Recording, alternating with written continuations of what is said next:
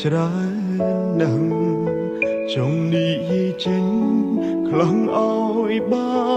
នធូរតែទឹកភ្នែកចេញតែស្រងហូរគិតយូរម្នាក់ឯងឡើយចង់ឈួតហើយ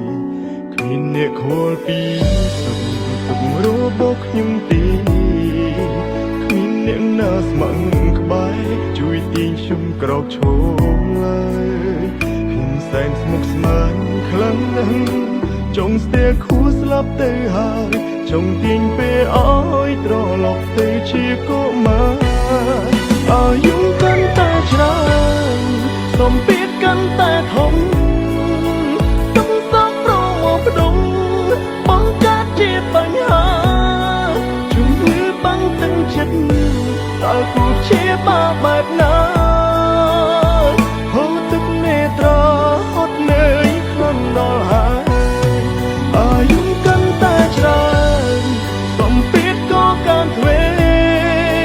បញ្ហាចូលហើយតែរួចតែជួបទុំអិនស្បើយគ្មានអ្នកចាំលើកទឹកចិត្តក្រៅពីខ្លួនឯងឡើយជីវិតអើយងងឹតឈឹងគ្មានគោលដៅ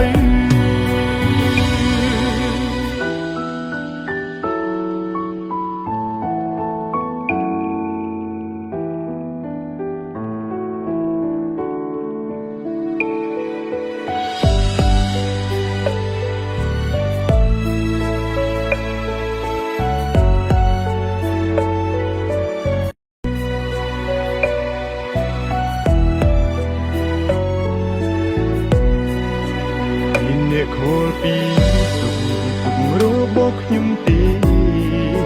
គ្មានអ្នកណាស្មឹងក្បែរជួយទាញខ្ញុំក្រោកឈរឡើយខ្ញុំសែនស្មុគស្មាញខ្លាំងណាស់ចង់ស្ទែខួរស្លាប់ទៅហើយចង់ទាញពេលអើយត្រឡប់ទៅជាកុមារអាយុកាន់តែច្រើនសម្ពាធកាន់តែធំទុំសំប្រងមកផ្ដុំបង្កើតជាបញ្ហាជំងឺបាំងទឹកចិត្តតើគូជាបាបែបណាហូរទឹកនេត្រាហត់នឿយខ្លាំងដល់ហើយអាយុកាន់តែច្រើនសម្ពាធក៏កាន់ទ្វេបញ្ហាចូលហើយតែរួចតែជួបទុំអិនស្បើយគ្មានអ្នកចាំលើកទឹកចិត្តក្រៅពីខ្លួនឯងឡើយជីវិតអើយងងឹតឈឹងគ្មានគោលដៅ